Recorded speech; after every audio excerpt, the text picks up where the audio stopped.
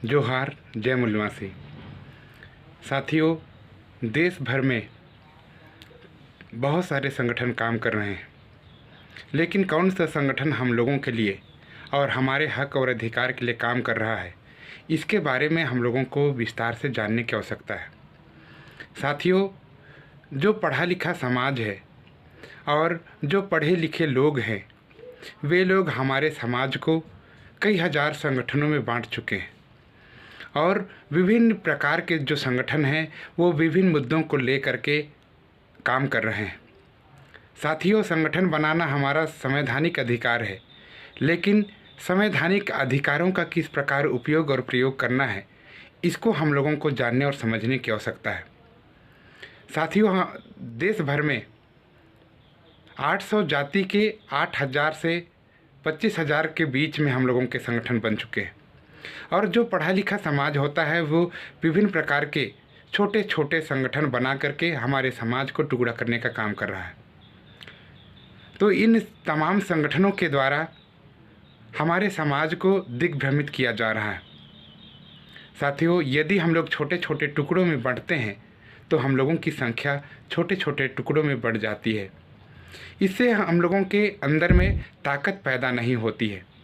यदि हम लोगों को न्याय चाहिए तो हम लोगों को ताकत पैदा करना होगा। साथियों, यदि हम लोग ताकत पैदा नहीं कर पाएंगे तो हम लोग लड़ाई में किसी प्रकार की जीत हासिल नहीं कर पाएंगे। तो हम लोगों को सोचने और समझने की आवश्यकता है। साथियों, देश भर में एकमात्र ऐसा संगठन है जो आदिवासियों के संवैधानिक अधिकारों की रक्षा करते हुए देश के तमाम आदिवासियों को इकट्ठा करने का काम कर रही है। साथियों, वह है राष्ट्रीय आदिवासी एकता परिषद। मैं राष्ट्रीय आदिवासी एकता परिषद के जो लोग हैं, मैं उनसे भी आग्रह करना चाहता हूं कि हमारे जो अलग अलग जातियां हैं और 850 से अधिक जातियां हैं, उन जातियों के पास में जाएं और हमारे संगठन को फैलाने का प्रयास करें। साथियों,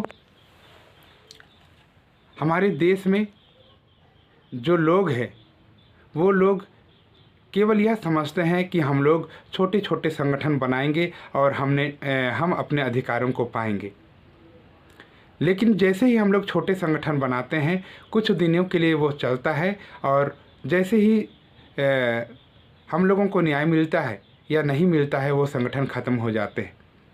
इसलिए हमारे देश का एकमात्र ऐसा संगठन है जो तमाम आदिवासियों के संवैधानिक अधिकारों के लिए और सामान्य मुद्दों पर देशव्यापी आंदोलन करता है।